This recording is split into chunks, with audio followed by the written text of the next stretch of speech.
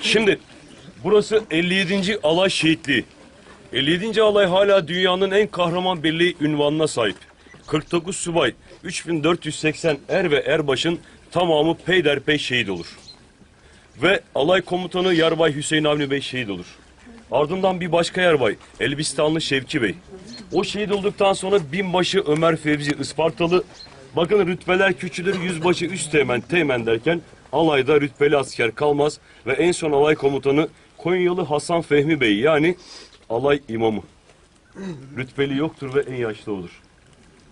Arkadaşlar 57. alayın en son askeri şehit olmadan önce o alay sancağını bir küçük ağacın dalına asar ve ondan sonra şehit olur. Yere düşürmez bakın, çünkü şerefi namusudur bir birliğin o sancak.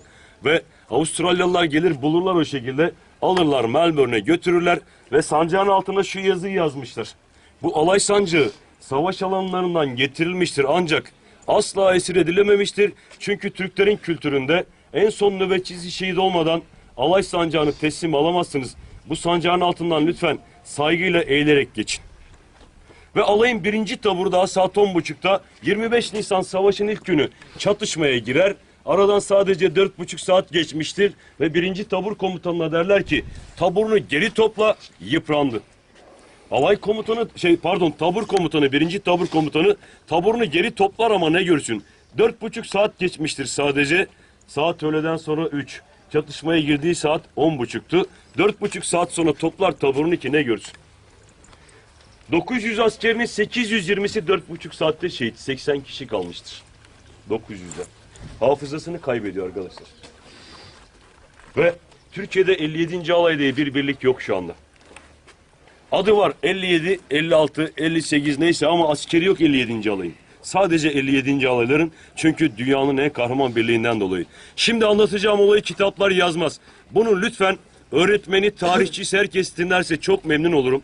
Bakın olay kitaplarda yok diyorum, dikkat edin. Alay komutanımız şehit olmadan birkaç gün önce dere yatağında şehit olduğu yeri gösterdiler mi Sakarya'ya? Ramazan bayramının ikinci günü çadırına top mermisi düşer 13 Ağustos'ta. Dere yatağında, çukurda şehit olur orada. Ve çadırına 2 esir gelmiştir birkaç gün önce şehit olmadan.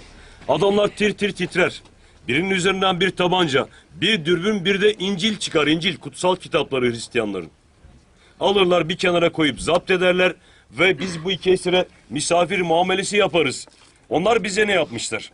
Bunu bir Avustralyalı anlatıyor, savaş muhabiri Charles Bean.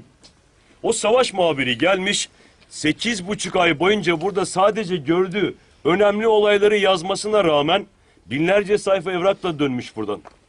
Önemlileri bunlara. Düşünün artık. Binlerce sayfa. Ve bu notlardan birinde şöyle yazıyor. Bakın Avustralyalı, biz söylemiyoruz. 8 Ağustos 1915 günü. İçinde 100 tane Türk, 2 tane de Alman esir bulunan bir ağıl vardı. Ağılı esir kampı yapmışlar. Sonra geldi İngilizlerle bizim Avustralyalılar ağılın etrafına benzin ve gaz döküp ateşe verdiler. O Türklere daha yoğun gelen alev dalgaları karşısında hepsi bir kenara üşüştüler.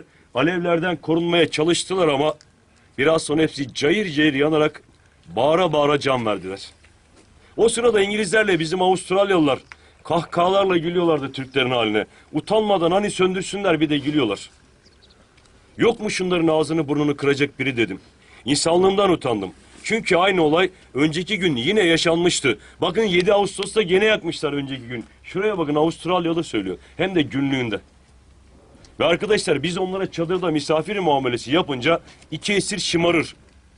Biri o kadar ileri gider ki alay komutanının etrafında tepeden tırnağa inceliyor, bir şey araştırıyor ama nedir bilmiyor, dil bilmiyor, soramıyor. Bu arada sizi tebrik ediyorum. Mükemmelsiniz ya. Müdürüm nerede? Sakarya'dan gelen müdürüm. Çankırı'yla beraberiz zaten.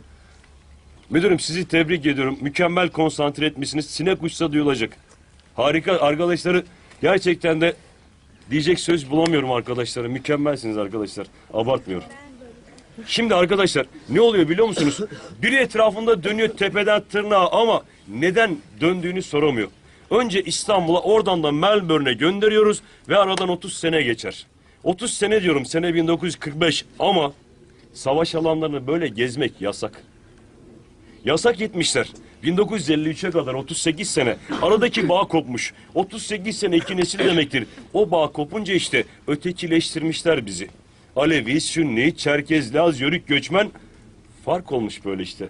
Onu nasıl yaptılar bilmiyorum. 38 sene böyle dedelerimizi ziyaret edememişiz. Ama daha da kötüsünü yapmışlar. Köylülere ekin biçin demişler tarlaları savaş alanlarında. Ekip biçerken, sürerken şehitlerin kemikleri paramparça olmuş. Ve top mermileri, top namluları, top sehpaları bulduğunuzu hurda fiyatına satın demişler. Deste deste paralarla hurda fiyatına tarihi katlettirmişler burada. Satmışlar yok.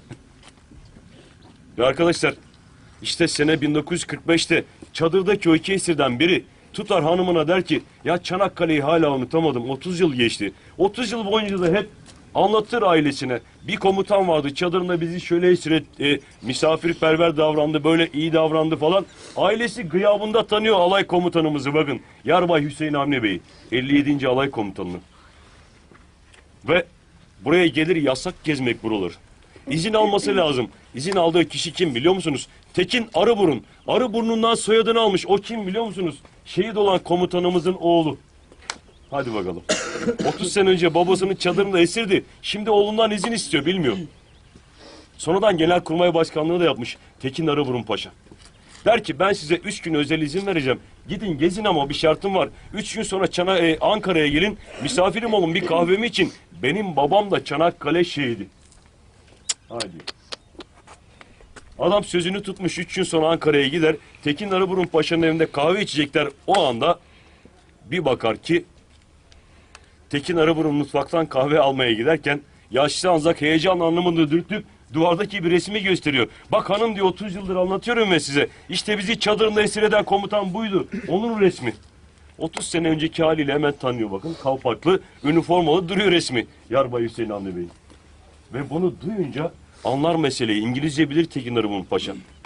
Mutfaktan kahve getirmek yerine yan odaya geçer ve neyle gelir kim tahmin ediyor? Silah. Bir tabanca, bir dürbün, bir İncil, evet. Sehpanın üzerine koyunca affedersiniz yaşlı Anzak'ın gözleri yuvasından fırlamış. Ya bunlar benim demiş üçü de.